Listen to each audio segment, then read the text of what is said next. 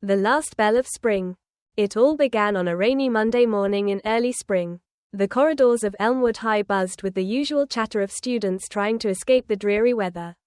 Among the crowd was Emma, a quiet girl with a love for literature and a habit of daydreaming by the window during math class.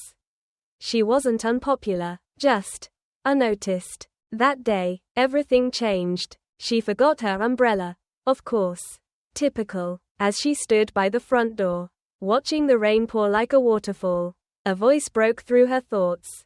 You waiting for the storm to fall in love with you or something?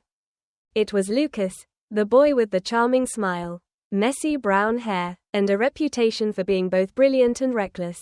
He wasn't someone Emma ever expected to talk to, let alone stand beside. Before she could answer, he extended his umbrella. Come on, let's get soaked together or stay dry together.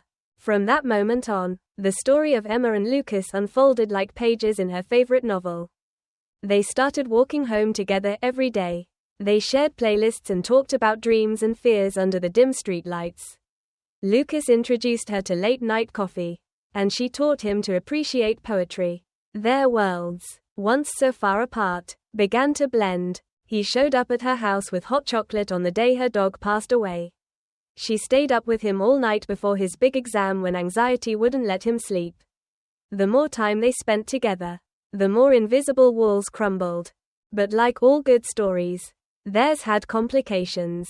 Lucas got accepted into a prestigious art program in another city. Emma, tied to her family and responsibilities, wasn't ready to leave. The last few weeks of senior year felt like holding on to something beautiful that was slowly slipping away. I don't want a goodbye, Emma whispered one afternoon as they sat beneath their favorite cherry blossom tree. Then let's not have one, Lucas said, holding her hand tighter. Let's just say, see you soon. And mean it. The last bell of spring rang. They hugged like it was both an ending and a promise. Years passed. Messages turned into calls, and calls turned into weekend visits. Life took them to different places. But somehow, they always found their way back to each other. One day, beneath that same cherry blossom tree, he pulled out a worn-out copy of Pride and Prejudice, the one she lent him years ago, and inside was a ring.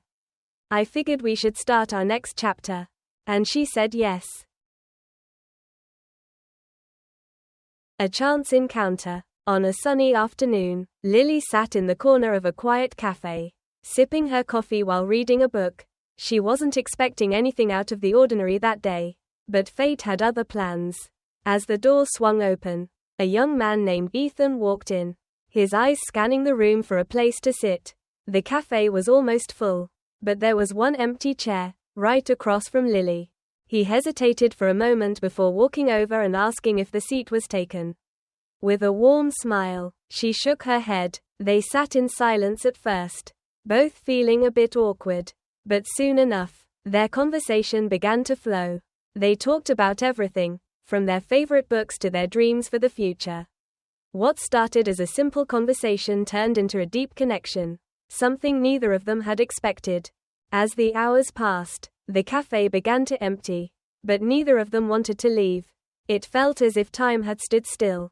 Ethan, sensing a spark between them, finally asked, "Would you like to go for a walk with me? I'd love to get to know you more."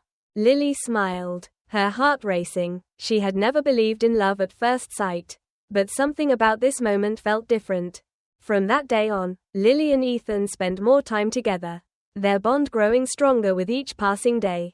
They explored the world around them, and with every new adventure, their love deepened. It wasn't the grand gestures that made their love special, it was the quiet moments, the laughter shared, and the understanding they had for each other. In the end, Lily realized that sometimes, love doesn't come with fireworks or grand declarations.